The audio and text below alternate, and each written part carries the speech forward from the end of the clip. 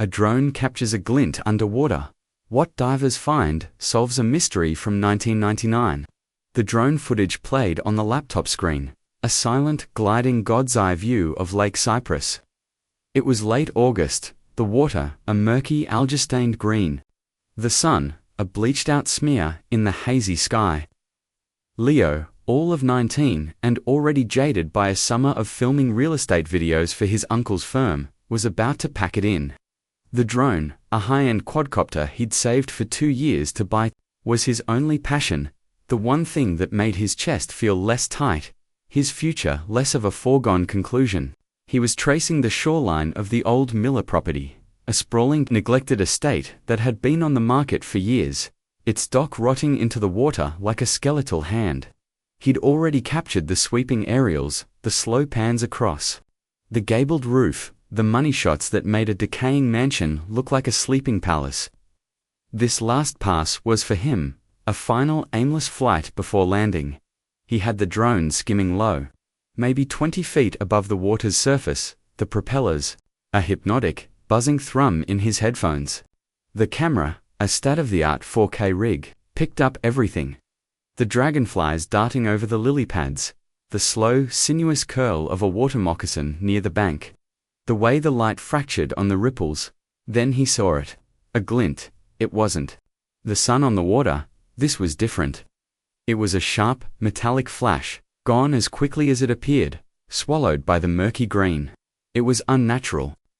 Leo paused the drone, letting it hover, its motors whining in protest against the slight breeze. He toggled the gimbal, tilting the camera straight down. He zoomed in, the digital magnification pixelating the image slightly. But the shape was still there, submerged and indistinct. It looked rectangular and pale. His heart gave a strange, hard thump against his ribs. He was a kid who'd grown up on a diet of true crime podcasts and Reddit threads about unsolved mysteries. The woods and waters of rural Georgia were full of stories, whispers of things lost, and people vanished. He brought the drone lower, dangerously low, the prop wash churning the surface of the lake into a frenzy. The glint flashed again, brighter this time. It was a window. A car window, submerged deep in the silt and shadows of the lake bed. A vehicle sat in a watery grave. He could just make out the faint outline of a roof, the boxy shape of a chassis. That screamed vintage. Not just old, but decades old. A cold dread, exhilarating and terrifying, washed over him. This wasn't just an abandoned car. He knew it in his gut, with the kind of primal certainty that bypasses logic. This was a tomb. He didn't tell his uncle. He didn't tell his parents. He went home, his hands shaking so badly he could barely pilot the drone back to its case. He uploaded the footage to his computer, his face illuminated by the glow of the screen in his darkened bedroom. He watched it again and again, isolating the frames, enhancing the contrast, trying to pull more detail from the digital merge. He could see it more clearly now. A boxy SUV, maybe a Ford Bronco or a Chevy Blazer from the 90s, its paint job obscured by a thick coat of algae and sediment. It was resting on its side, tilted at a grotesque angle, as if it had tumbled violently into the depths. And the glint that had caught his eye was the driver's side window. Miraculously intact, reflecting the drone's camera lens like a single winking eye from the abyss. For 3 days, Leo was paralyzed by a mixture of fear and a strange, possessive excitement. This was his discovery. His secret. He scoured online forums, searching for missing persons cases in the area from the late 90s. He found a few, but one stood out, a story that had become local legend, a ghost story told around campfires. The disappearance of Amelia Rose, a beautiful, fiery 17-year-old who had vanished on the night of her high school graduation in 1999. She'd been at a party at the Miller property, a wild, booze-fueled blowout hosted by the town's golden boy, Colton Hayes, whose family owned half the county. Amelia had been last seen arguing with Colton near the lake. She'd stormed off in her brand-new cherry-red Ford Bronco, a graduation gift from her doting father. Neither she nor the Bronco were ever seen again. The official story was that she'd run away. She was a wild child, they said, prone to drama and impulsive decisions. Maybe she'd driven to California or Florida, or just kept driving until the road ran out. But her family never believed it. Her father, a stoic, heartbroken mechanic named Frank Rose, had spent years searching, draining his savings, plastering her face on telephone poles and gas station bulletin boards. He died of a heart attack 5 years ago, a man hollowed out by grief. Her mother, Eleanor, still lived in the same small house, a recluse who rarely ventured out. Her life frozen in the amber of that one terrible night. Leo felt a crushing weight of responsibility settle on his young shoulders. This wasn't a game. This wasn't a Reddit thread. This was a dead girl in a sunken truck, a family's agony, a town's dark secret. On the 4th day, he took a deep breath, printed out a still from the drone footage, and walked into the county sheriff's office. The man behind the desk was Sheriff Brody, a thick-set man with a face like a worn leather boot and eyes that had seen too much. He looked at Leo with a weary skepticism, the kind reserved for overeager kids and local cranks. "A drone, you say?" Brody grunted, taking the printed photo. He squinted at it. "Looks like a smudge, kid." "It's a car, Sheriff." Leo insisted, his voice trembling slightly. "An old SUV. It's in the lake, off the old Miller place. I think it might be Amelia Rose's." The name hung in the air between them, heavy and charged. Brody's expression shifted, the weariness replaced by a flicker of something else. Annoyance. Or was it a deeper, more buried emotion? He stared at the photo for a long moment, then back at Leo. "Amelia Rose ran off," he said, his voice flat, dismissive. "That case is colder than a well-digger's ass." "But what if she didn't?" Leo pressed, emboldened by a surge of adrenaline. "What if she's been in that lake the whole time? You have to look. You have to send divers." Brody sighed, a long, rattling exhalation of stale coffee and cigarettes. He tossed the photo back on the desk. "Look, kid, I appreciate your enthusiasm, but we can't just send a dive team out every time someone sees a shadow in the water. It costs money. It takes resources we don't have." The injustice of it was a physical blow. Leo felt his face flush with anger. "So you're just going to do nothing? This could be a missing person, a murder victim, and it could be a pile of rocks," Brody shot back, his voice hardening. "Or a stolen car someone dumped 20 years ago. You come to me with something more than a blurry picture from your toy airplane, and maybe we'll talk. Until then, go home. Stop watching so much TV." Leo stumbled out of the sheriff's office, his heart pounding with a mixture of rage and disillusionment. The system he'd naively believed in, the one that was supposed to deliver justice, had dismissed him with a condescending pat on the head. He was just a kid with a toy. But he knew what he had seen. And he knew, with a chilling certainty, that Sheriff Brody's reluctance wasn't just about resources. It was about something else. Something he didn't want to find. He went to the one person he thought might listen. He found Eleanor Rose's address in the phone book, a relic he had to dust off in the local library. Her house was small and tidy, but the garden was overgrown with weeds, a testament to years of neglect. He knocked on the door, his knuckles rapping against the faded paint. It took a long time for her to answer. When the door finally creaked open, the woman who stood there was a ghost.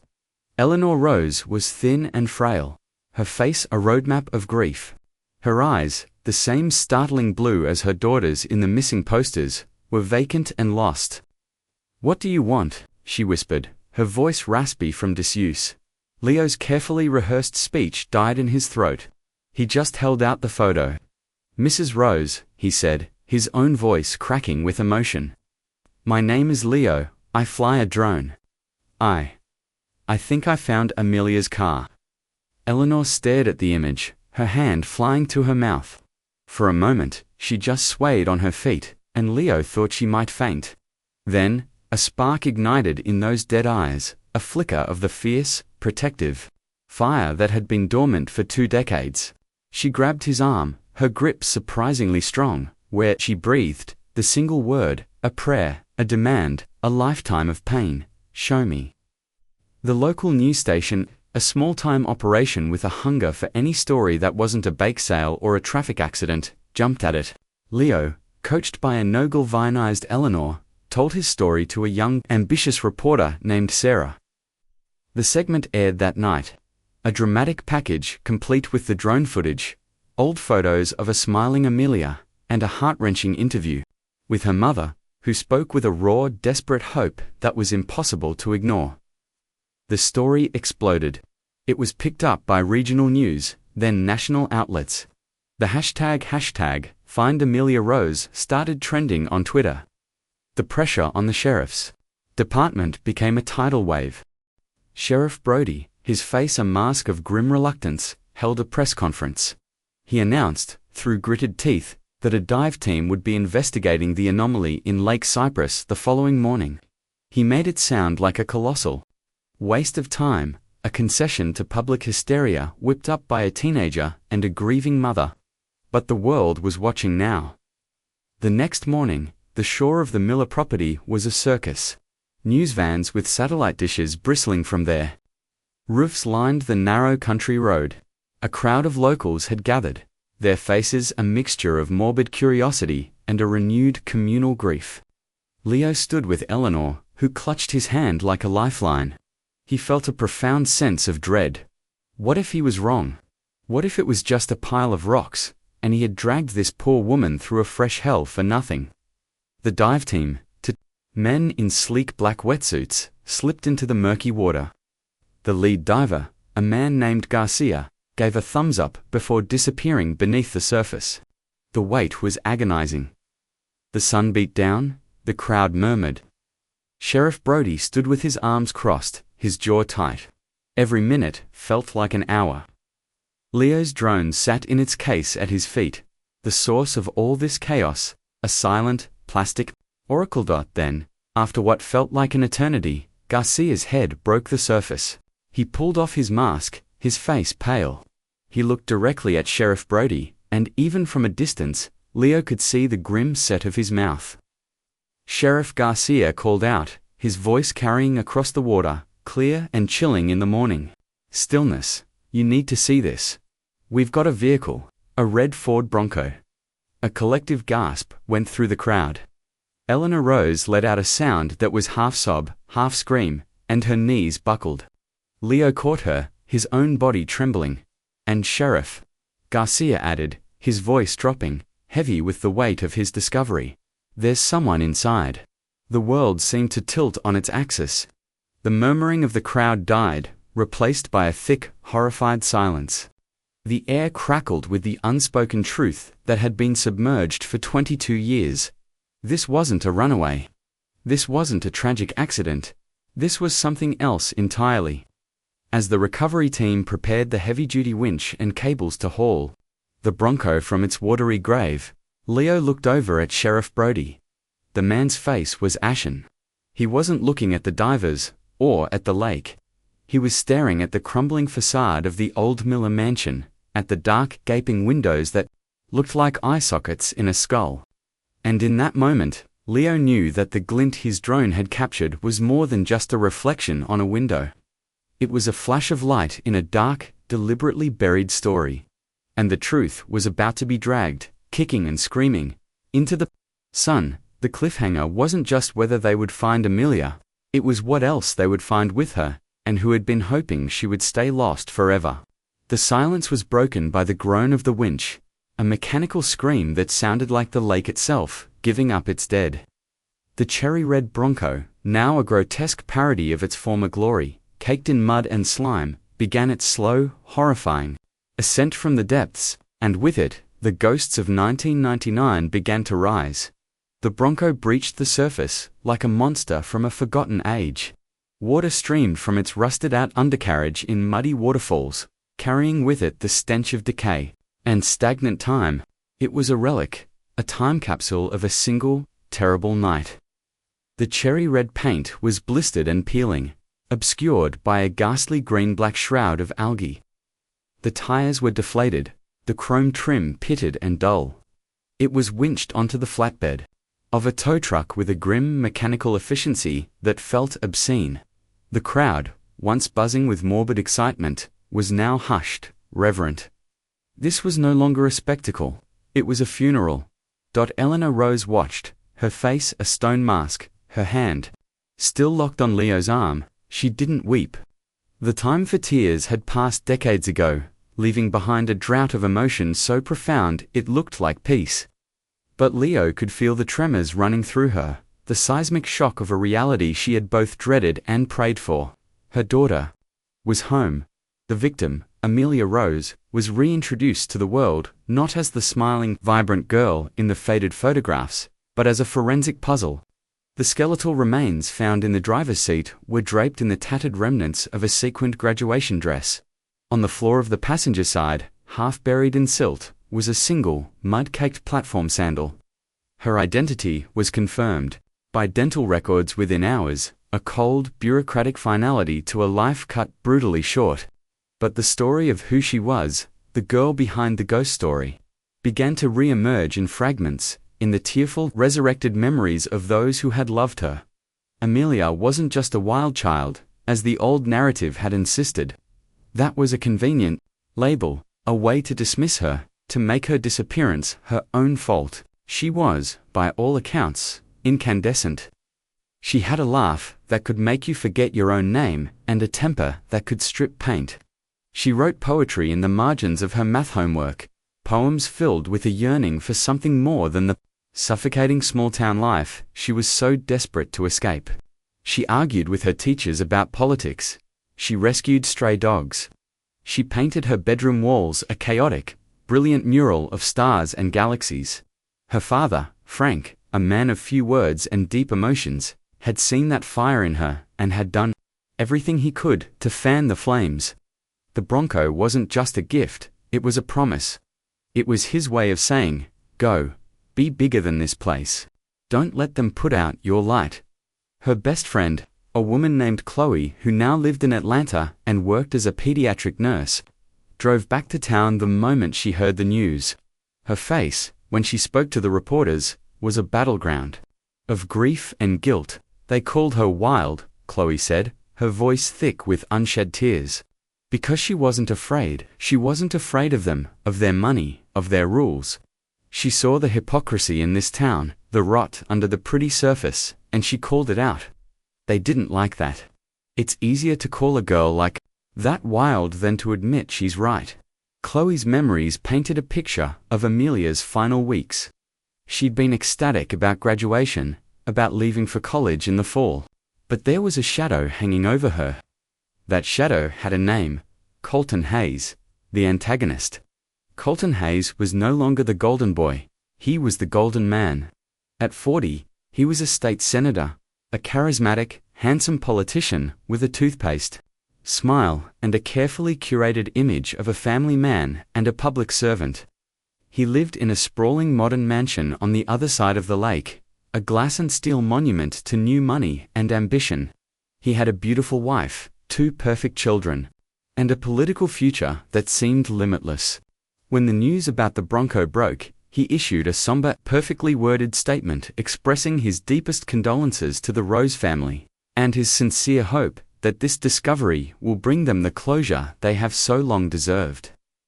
Spoke of Amelia as a troubled but vibrant young woman, and the night of her disappearance as a tragedy that has haunted our community for years. It was a masterful performance of detached, statesmanlike grief.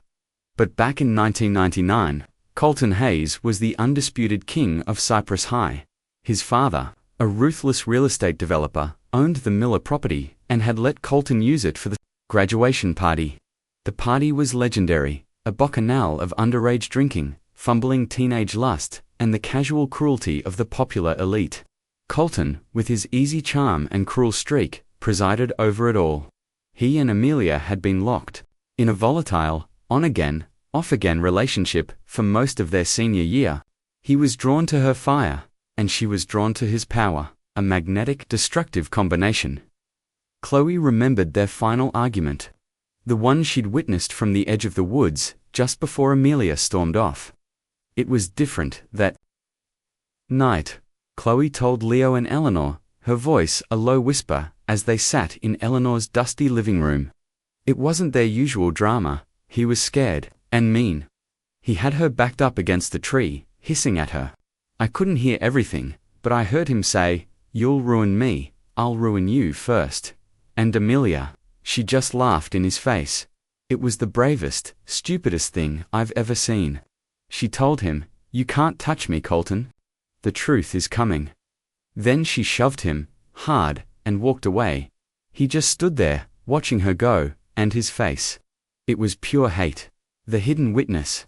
There was another person who saw that argument, someone who had remained silent. For 22 years, buried under a mountain of fear and shame. His name was Marcus Thorne. In 1999, Marcus was a scholarship kid, a quiet, studious boy who was only at the party because he was the designated driver for his friends. He was invisible, a ghost at the feast, which made him the perfect observer. He now owned the local hardware store, a stooped, anxious man with thinning hair and hands that were never still. He had a wife and a daughter, a life built on the shaky foundation of a secret he'd kept locked away for more than half his life. When he saw the news report about the Bronco, Marcus felt the past rear up and choke him. He started having panic attacks. He couldn't sleep. He would wake up in a cold sweat. The image of Amelia's face, furious and alive, burned into his memory. He had been hiding in the shadows near the boathouse that night, trying to avoid a drunken jock who was looking for a fight, when he saw Colton and Amelia. He heard more than Chloe did. He heard Amelia's voice, sharp and clear, cutting through the humid night air.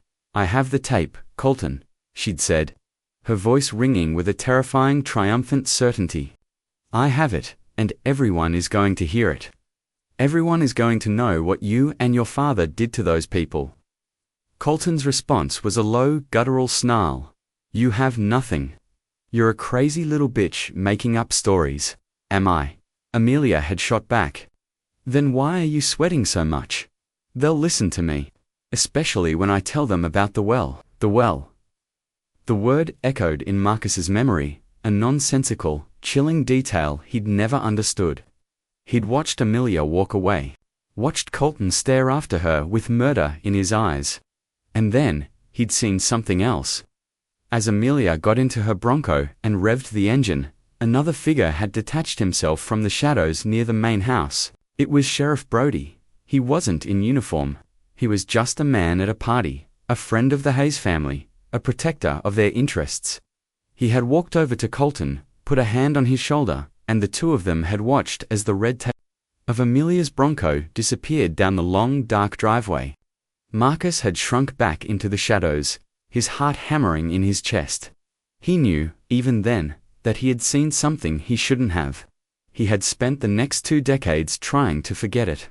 The autopsy report came back, and it was a bombshell. Amelia Rose had not drowned. The hyoid bone in her neck was fractured, a classic indicator of manual strangulation. She was dead before the Bronco ever hit the water. The case was officially reclassified as a homicide. The news sent a shockwave through the town. It shattered the carefully constructed narrative of a runaway, of a tragic accident. It confirmed the darkest fears Eleanor had harbored in her heart for 22 years. Her daughter had been murdered. Colton Hayes held another press conference. This time, his composure was slightly frayed. His smile was a little too tight. His eyes a little too wide. He stood with his arm around his wife, a porcelain doll of a woman who looked like she was about to shatter.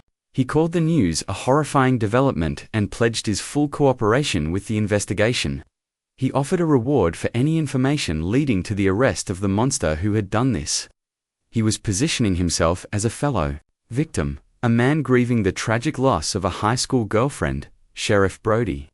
Now under immense pressure from the state police, who had taken over the case, was forced to question Colton. The interview, according to a leak from a state trooper, was a masterclass in deflection. Colton was charming, cooperative, and utterly convincing. He had an alibi, of course. After his argument with Amelia, he'd been seen by dozens of people, consoling a friend whose girlfriend had just dumped him, playing a round of beer pong, being the life of the party. No one could pinpoint the exact time he'd left, but he seemed to be in the clear. But Chloe knew better. His alibi is his friends, she spat, her voice dripping with contempt. The same rich kid sycophants who would have lied for him then, and would lie for him now. They were a pack of wolves, and he was the alpha. They protected each other. Leo, no longer just the kid with the drone, had become an unlikely crusader. He and Chloe became a team, poring over old high school yearbooks, talking to former classmates, trying to piece together the puzzle of Amelia's last days. They were searching for the tape she had mentioned, the one she believed was her trump card. What was on it? And what was the secret of the well? They found their answer in the local library's archives, in a series of articles from the early 90s about a contentious land deal. Colton's father, Richard Hayes, had bought up a huge tract of farmland from a group of families who had worked it for generations. He'd gotten it for a steal, claiming the land was worthless, that the water table was contaminated. The families, poor and lacking the resources to fight him, had been forced to sell and move on, their lives ruined. The articles mentioned rumors of an old, unmapped well on the property that had been illegally filled in. The journalist who wrote the story had been run out of town shortly after. The pieces began to click into place, forming a picture of a conspiracy far older and darker than a teenage love affair gone wrong. Amelia, whose own grandfather had been one of the farmers forced out by Hayes, must have stumbled upon something.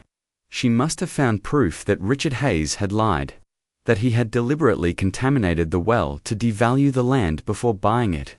The tape, it must have been a recording of someone admitting to it. It was a secret worth millions. It was a secret worth killing for. And as Leo and Chloe dug deeper, they felt the pushback. A tire on Chloe's car was slashed. Leo's drone was stolen from his locked garage. They were being watched. The message was clear. Stop digging. Meanwhile, Marcus Thorne was coming apart at the seams. Every time he saw Colton Hayes' face on TV, looking so calm and senatorial, he felt a surge of nauseating panic. He saw Amelia's ghost in the face of his own daughter. The secret was a cancer, eating him from the inside out. One night, his wife found him sitting in his garage, staring at a length of rope. She knelt beside him, her face etched with fear and love. "Whatever it is, Marcus," she said softly, "you have to let it go. It's killing you." He finally broke. He went to Eleanor Rose's house, his body trembling, his face pale with a terror that was 22 years old.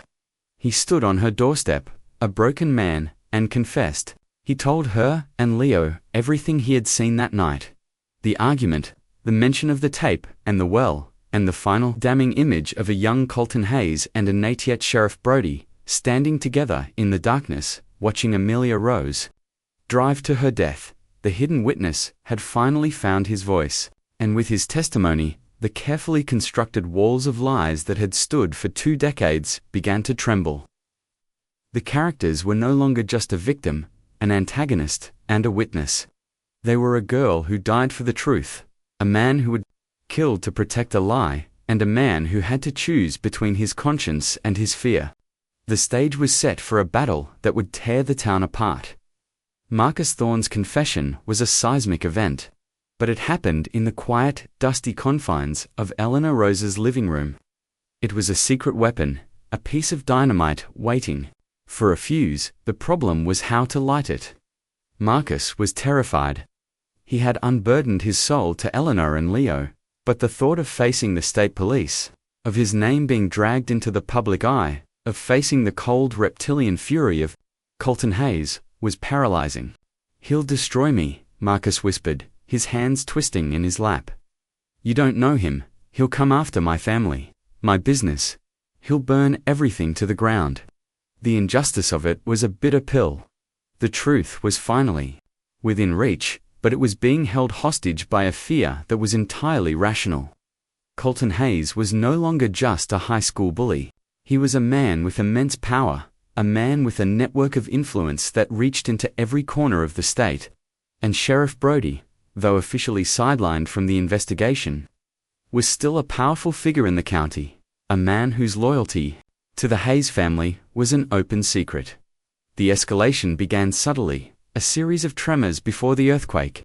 Colton, feeling the ground shift beneath him, went on the offensive. He couldn't attack Marcus directly, he didn't know he was the witness yet, but he could poison the well of public opinion. He gave a lengthy, exclusive interview to a sympathetic national news anchor. He painted Amelia as a beautiful but deeply disturbed young woman who was obsessed with him. He claimed she had a history of making up elaborate, destructive stories to get attention. She was a fantasy, Colton said, his face a mask of sorrowful sincerity. She couldn't distinguish between reality and the dramatic narratives she created in her own mind. She'd threatened to ruin me before, making up wild accusations. That last argument, it was about her threats to go to the press with a fabricated story about my father. It was nonsense, of course. A desperate, tragic cry for help. He was recasting her as the villain of her own murder, a mentally unstable girl who had provoked her own demise. It was a calculated, cruel act of character assassination, and it was brutally effective. The narrative in the media began to shift. The hashtag #FindAmeliaRose hashtag was now competing with comments questioning her stability, suggesting she was an unreliable narrator of her own life. For Eleanor, it was like watching her daughter be murdered all over again. Every word from Colton's mouth was a desecration of Amelia's memory. The town, which had briefly united in grief, was now dividing into camps.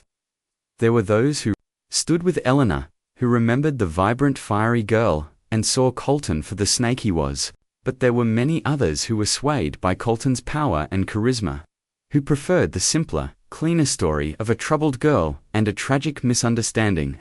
It was easier than confronting the ugliness of a potential conspiracy that implicated the town's most powerful family. The pressure on Leo and Chloe intensified. They were no longer just amateur sleuths. They were enemies of the state, in Colton's eyes. One evening, as Chloe was driving home from her nursing shift, a large black pickup truck with tinted windows began to tailgate her aggressively on a dark country road. It rode her bumper, flashing its high beams, forcing her to speed up. When she tried to pull over, the truck swerved, blocking her path. It was a terrifying game of cat and mouse that lasted for 10 minutes before the truck abruptly peeled off and disappeared. She arrived home, sobbing and hysterical. Convinced it was a warning from Colton, Leo faced a more insidious form of intimidation. His uncle, the real estate agent, called him into his office. His face was pale and sweaty. "Leo, you have to stop this," he pleaded. "I got a call today from a business associate of Senator Hayes. They were talking about zoning permits for the new subdivision we're planning." It was all very polite, but the message was clear. "If you keep digging into this Amelia Rose business, my permits will get lost in red tape forever. My business will be ruined. Leo, this is my life, my family's livelihood. You have to stop." The betrayal stung Leo more than any physical threat. He was being asked to choose between justice for a dead girl and his own family's security. It was a classic Hayes tactic. Don't get your own hands dirty. Use leverage. Apply pressure. Make others do your dirty work for you. The conflict was no longer just about finding a killer. It was about fighting a system of corruption that was choking the life out of the town. The victim, Amelia, was being systematically silenced. Her voice distorted, her memory tarnished. The antagonist, Colton, was growing bolder, using his power not just to cover his tracks, but to actively rewrite history. And the witness, Marcus, was trapped in a prison of his own fear, watching the monster he could expose grow stronger every day. The turning point came during a town hall meeting that Colton had organized to discuss community safety. It was a transparent PR stunt, a way for him to control the narrative and project an image of civic leadership. The room was packed. Colton stood at the podium, looking polished and authoritative, talking about healing and moving forward. Eleanor Rose, who hadn't been seen at a public event in 2 decades, walked into the room. She was no longer the frail, ghost-like woman Leo had met on her doorstep. She was dressed in a simple black dress, her white hair pulled back neatly. There was a new fire in her eyes, a cold, hard fury that had burned away the fog of grief. She walked slowly, deliberately, to the microphone set up for public comments. A hush fell over the room. Colton's plastic smile faltered for a fraction of a second. "Senator Hayes," Eleanor began, her voice quiet but carrying to every corner of the room. It was the first time she had spoken his name in public. "You speak of healing. You speak of tragedy. You speak of my daughter as if you knew her, as if you cared for her." She paused, letting the silence stretch. "My daughter was not a fantasist. She was not disturbed. She was a truth-teller. And the truth she discovered was about you and your father and the poison you pumped into this community long before you ever put my daughter in that lake." A collective gasp went through the room. It was a direct, public accusation. Colton's face hardened, the mask of civility slipping to reveal the cold fury beneath. "Mrs. Rose," he said, his voice dripping with condescending pity, "I understand you're grieving. But this is not the time or the place for these baseless and hurtful allegations. You are distraught. It's understandable." "I am not distraught," Eleanor shot back, her voice rising in strength. "I am awake. For 22 years, I slept. But now, I am awake, and I will not rest until everyone in this town knows what you are. You didn't just kill my daughter, Colton. You tried to kill the truth. But just like my Amelia, the truth doesn't drown. It just waits." She turned and walked out of the room, leaving a stunned, echoing silence in her wake. The confrontation was a declaration of war. Eleanor had drawn a line in the sand, publicly and irrevocably. She had sacrificed her anonymity, her quiet suffering, and had stepped into the arena. The aftermath was immediate and brutal. The next day, an eviction notice was posted on Marcus Thorne's hardware store. The building was owned by a holding company that, after a few layers of corporate obfuscation, was controlled by an associate of the Hayes family. The official reason was a minor lease violation, a technicality that had been ignored for years, but the message was a sledgehammer. "We know who you are. We can crush you." Marcus was devastated. He saw his life's work, his family's future, crumbling before his eyes. The fear he'd been wrestling with was no longer a hypothetical. It was a wrecking ball, and it was aimed directly at him. He called Leo, in a panic. "That's it," he stammered, his voice cracking. "I can't do it. I'm sorry, I can't testify. He'll take everything from me." The injustice was suffocating. Colton was untouchable, a Teflon politician who could destroy lives with a single phone call, while the people who held the key to his downfall were being systematically dismantled. Leo felt a surge of desperate, reckless anger. The legal channels were failing. The court of public opinion was being manipulated. They were losing. He and Chloe were sitting in her apartment, the walls covered in a chaotic collage of notes, maps, and photographs, a makeshift murder board. They were at a dead end. Marcus was out. The tape was still missing. Colton was winning. "He's going to get away with it," Chloe said, her voice flat with despair. "He's going to get away with it, and he's going to keep smiling that goddamn smile, and everyone is going to forget about Amelia all over again." "No," Leo said, a new, hard resolve forming in his gut.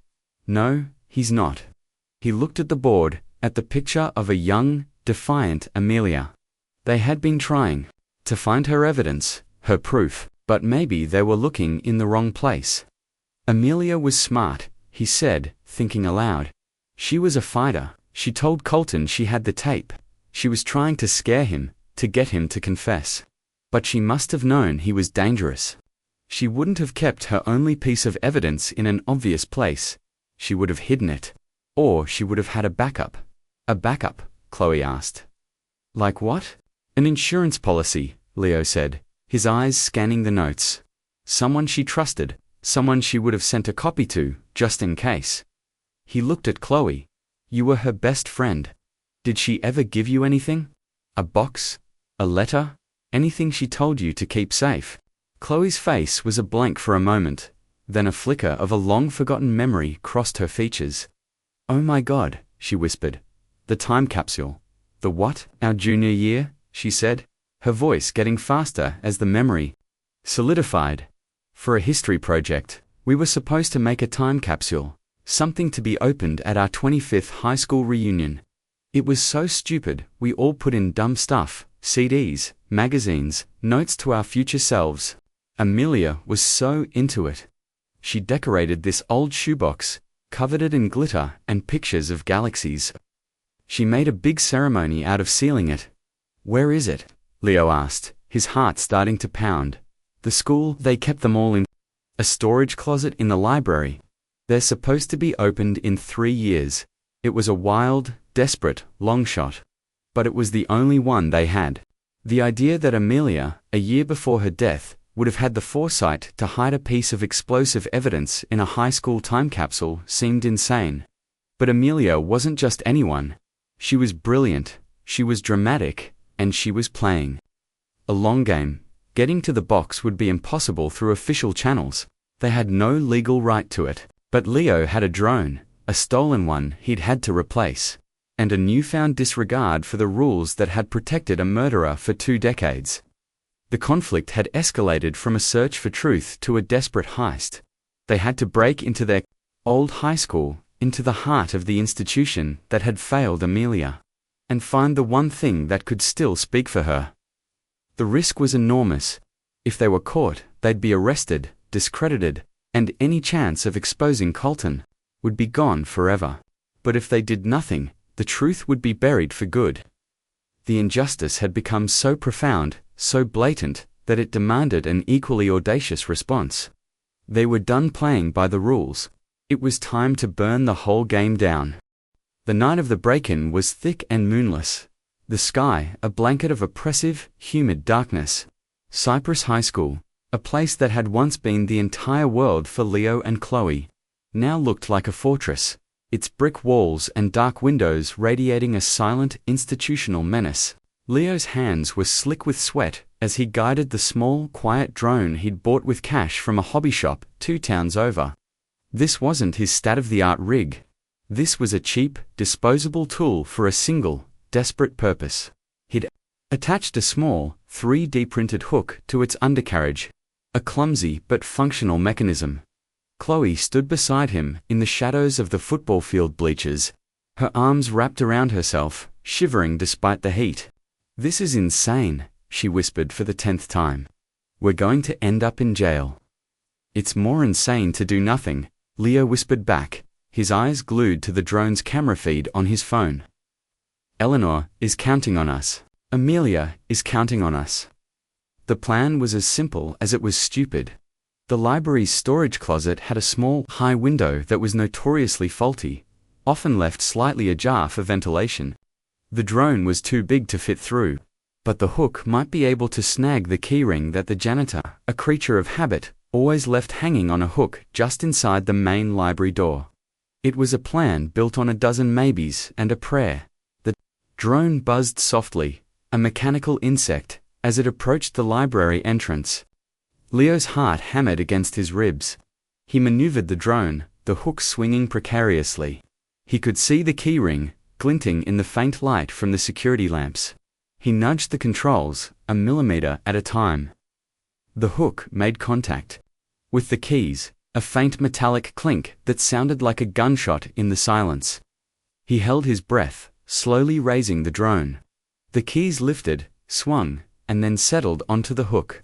He had them. He flew the drone, slow and steady, back towards the bleachers.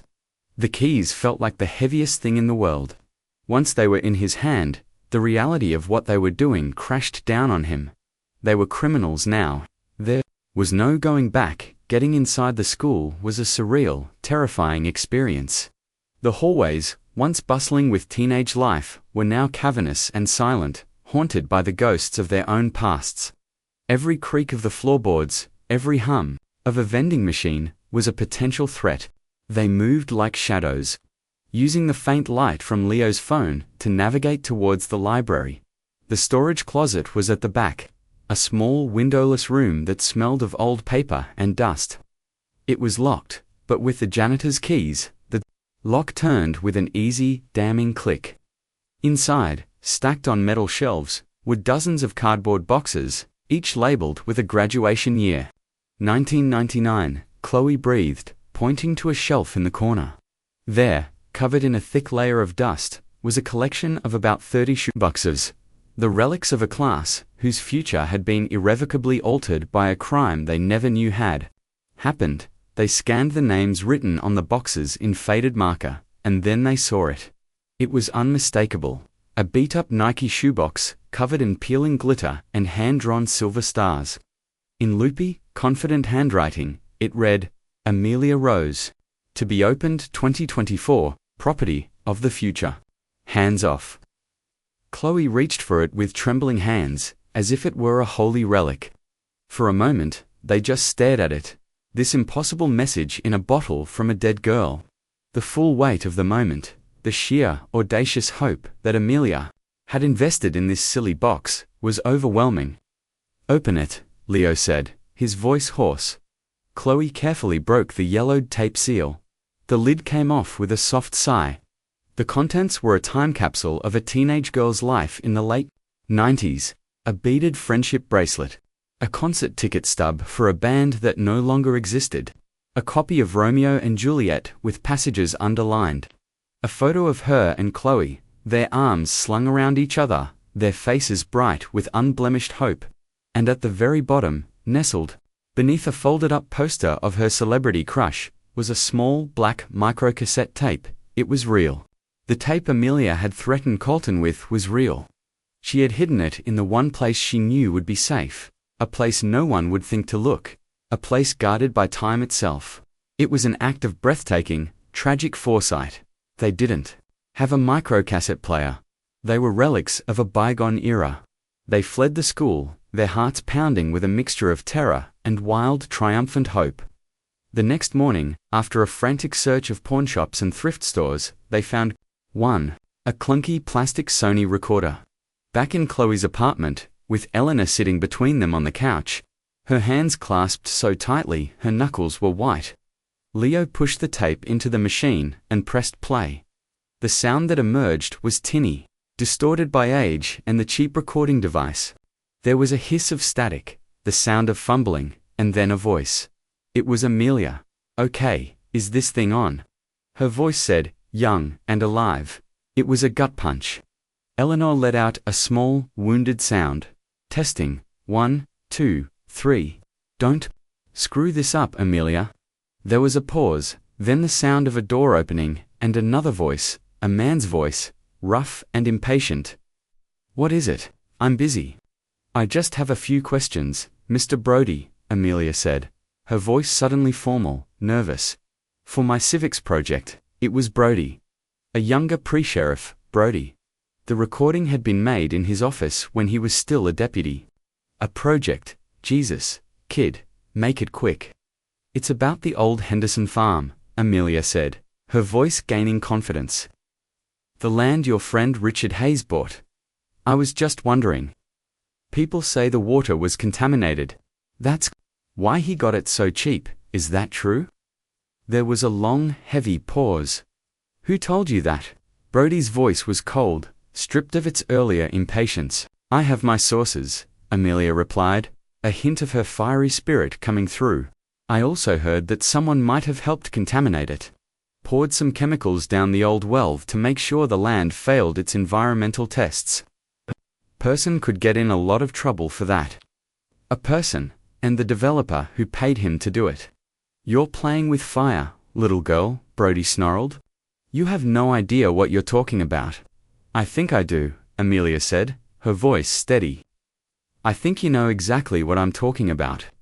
I think Richard Hayes paid you to poison that well, so he could steal that land from my grandfather and all those other families, and I think you did it. The sound that came next was terrifying. A loud bang, as if a fist had slammed on a desk. Get out, Brody hissed, his voice a low, venomous whisper. Get out of my office right now. And if you ever repeat this insane, slanderous bullshit to anyone, I will personally see to it that your life becomes a living hell. Do you understand me? I will ruin you. The tape clicked off. The room was silent, save for the hum of the cheap player. The conspiracy wasn't just about Colton covering up a murder. It was bigger.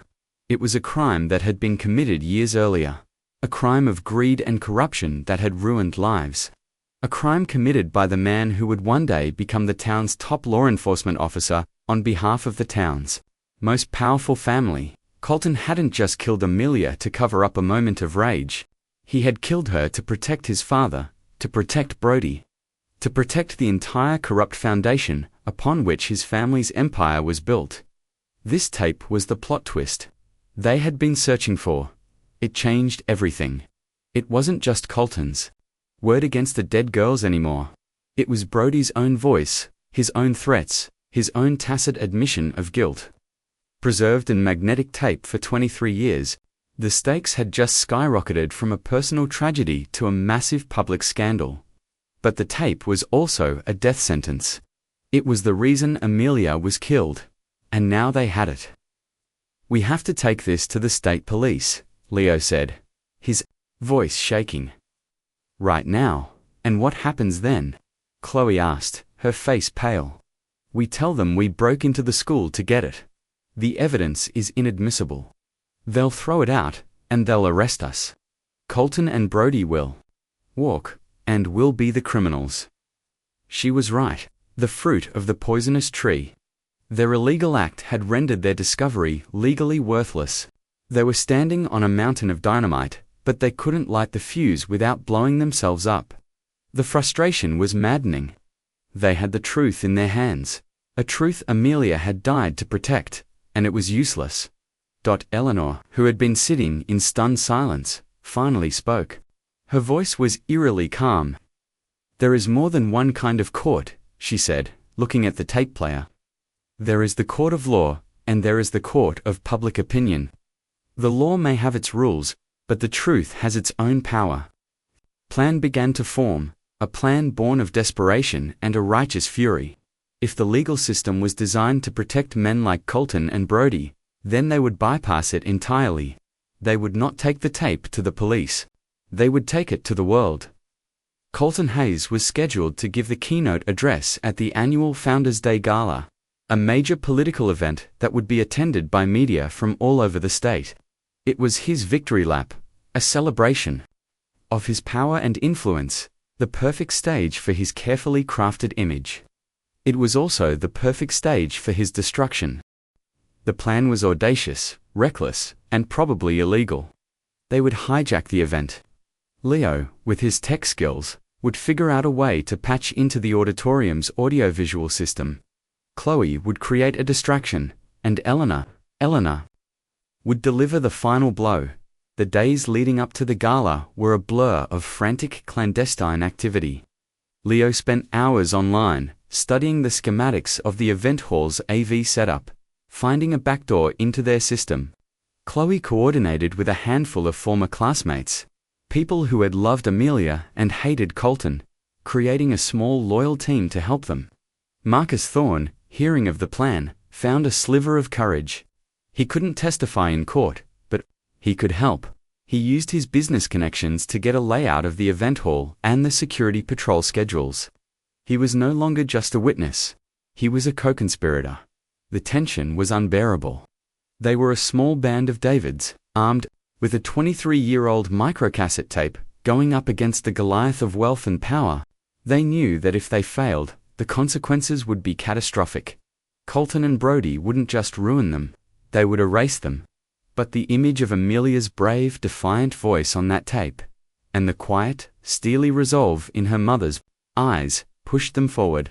They were no longer just seeking justice for a murder. They were trying to finish the fight that Amelia Rose had started all those years ago.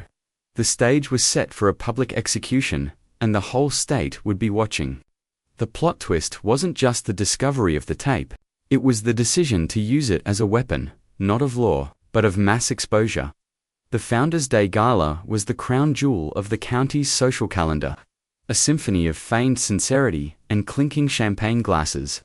The ballroom of the Cypress Lake Country Club was awash in soft lighting, the air thick with expensive perfume and the low hum of self-congratulation. The political and business elite of the state were all there, their faces gleaming with the practiced smiles of the powerful. At the center of it all, holding court like a modern-day monarch, was Senator Colton Hayes. He moved through the room, with an easy, predatory grace, his hand resting possessively on the small of his wife's back, his eyes scanning the crowd, soaking in the adoration. He was at the absolute zenith of his power, a man who believed himself to be untouchable. He was about to learn how wrong he was. Leo was not in the ballroom. He was 2 floors above, in a cramped janitor's closet that smelled of bleach and regret. He had a laptop balanced on an overturned bucket, its screen a spiderweb of code and network diagrams. He'd gained access to the building's internal Wi-Fi using a password he'd sweet-talked out of a disgruntled catering employee earlier in the week. Now, he was engaged in a silent high-stakes war with the AV technician's control panel, fighting for control of the massive projection screens and the powerful sound system that dominated the ballroom. His heart was a frantic drum against his ribs. This had to work. It was a one-shot deal. Chloe was on the ballroom floor, dressed in a sleek black dress, looking for all the world like just another guest. In her evening bag was a small, powerful air horn. Her job was to create a diversion at the precise moment Leo gave her the signal, a single buzz on her burner phone. Her hands were trembling, but her face was set with a grim resolve. She caught the eye of Marcus Thorne, who was standing nervously near the bar, looking out of place in his rented tuxedo. He gave her a short, almost imperceptible nod. He was their lookout, positioned to watch the security guards and warn them of any trouble. This small, terrified man had become an unlikely soldier in their army of ghosts, and Eleanor Rose was waiting, in a car in the parking lot, her hands resting calmly in her lap. She was the final piece, the moral authority, the voice of a grief that had been silenced for too long.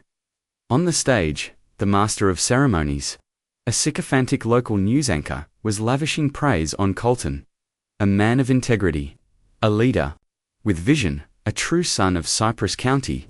The words were a river of meaningless platitudes. Finally, with a flourish, he announced, "Ladies and gentlemen, it is my profound honor to introduce our keynote speaker, Senator Colton Hayes." The room erupted in applause. Colton strode to the podium, basking in the spotlight, his face a portrait of handsome humility. He arranged his notes, took a sip of water, and leaned into the microphone. "Thank you," he began, his voice smooth as silk. "Thank you. It is so good to be home." In the janitor's closet, Leo's screen flashed green. Access granted. He took a deep, shuddering breath. He sent the signal to Chloe. Downstairs, Chloe's phone buzzed. She took the air horn from her bag, her thumb hovering over the button. Colton was just launching into an anecdote about his grandfather. It was now or never. She raised the horn and pressed down.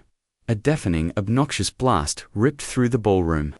The sound was so shocking, so out of place in the refined atmosphere, that everyone froze. Heads whipped around, searching for the source. Colton stopped mid-sentence, his face a mask of confusion and annoyance. The security guards, startled into action, began moving towards the sound. It was the only distraction Leo needed. In that moment of chaos, he executed the program.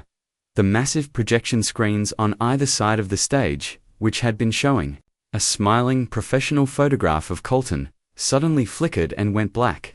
The sound of Colton's voice from the podium was cut off, replaced by a loud, hissing static that filled the room. A collective gasp rippled through the audience. Colton tapped the microphone, a frown creasing his perfect forehead. "We seem to be having some technical difficulties," he said, but his voice was thin, lost in the static. Then, a new image appeared on the screens.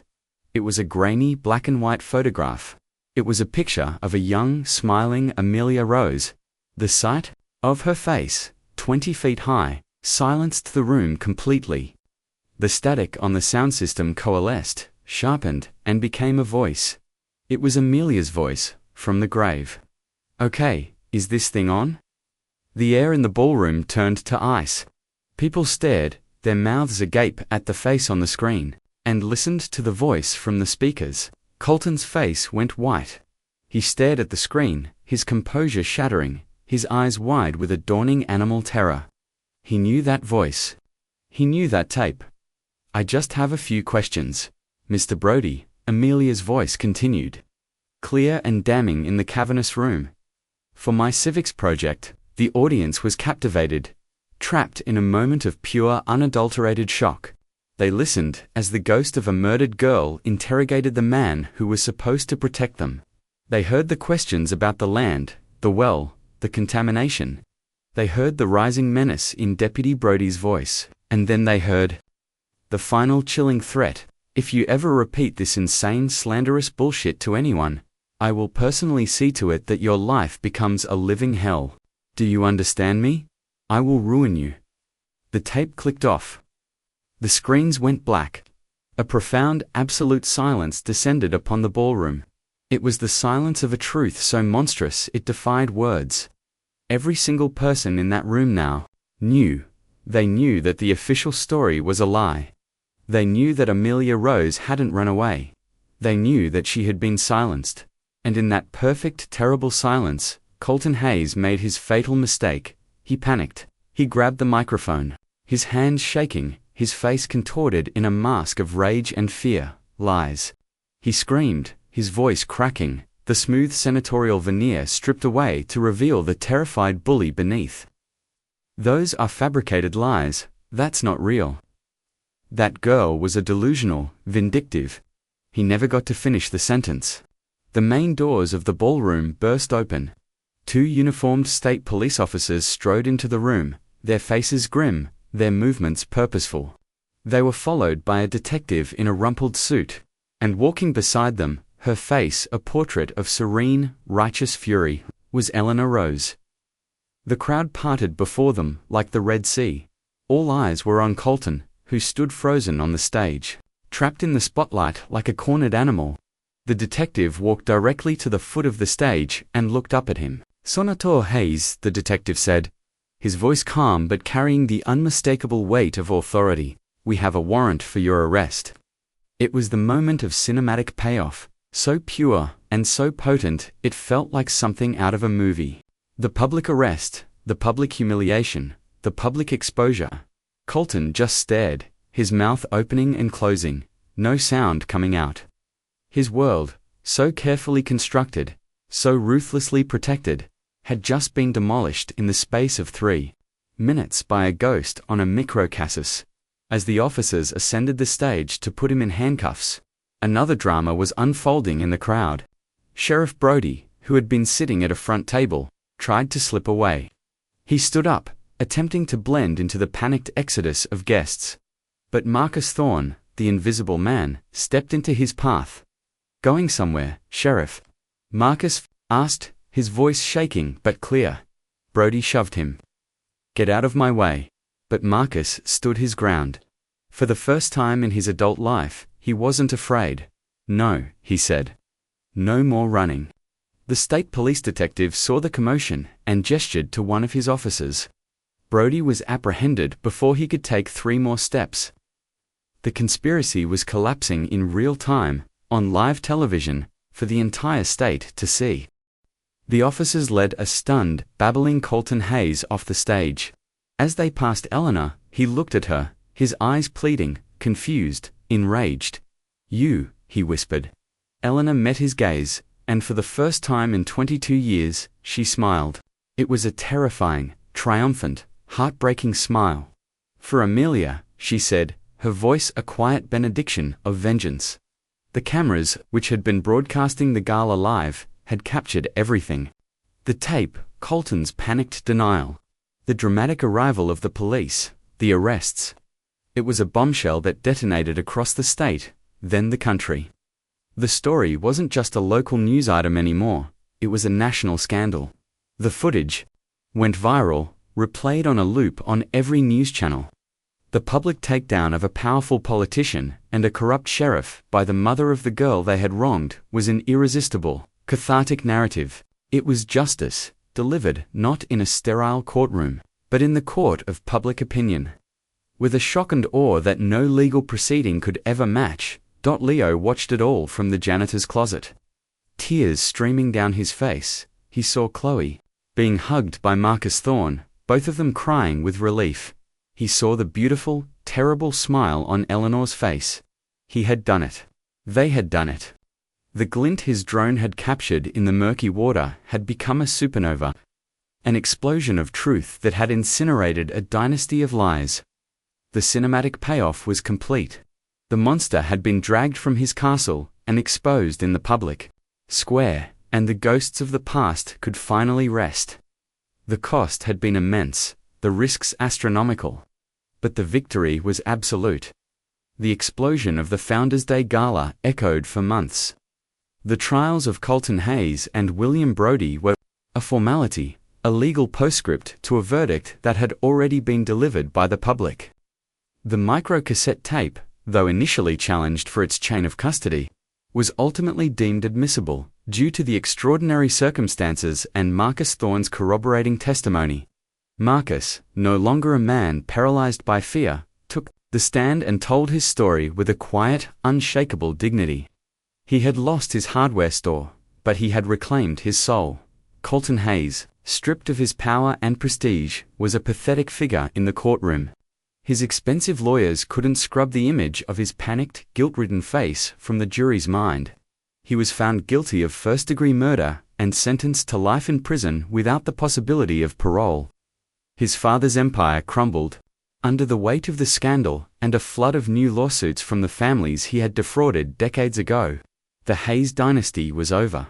Reduced to a cautionary tale whispered in the halls of power, William Brodie, facing charges of conspiracy, evidence tampering, and his role in the original land fraud, took a plea deal. He died in prison of a heart attack less than a year into his sentence.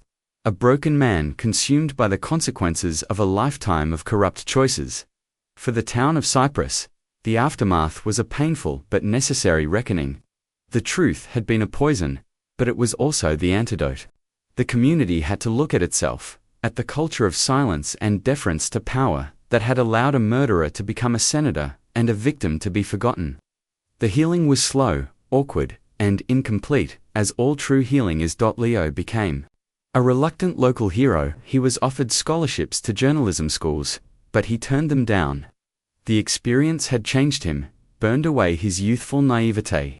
He had seen both the worst and the best of humanity, the depths of its corruption, and the resilience of its spirit. He continued to fly his drone, but he no longer filmed real estate.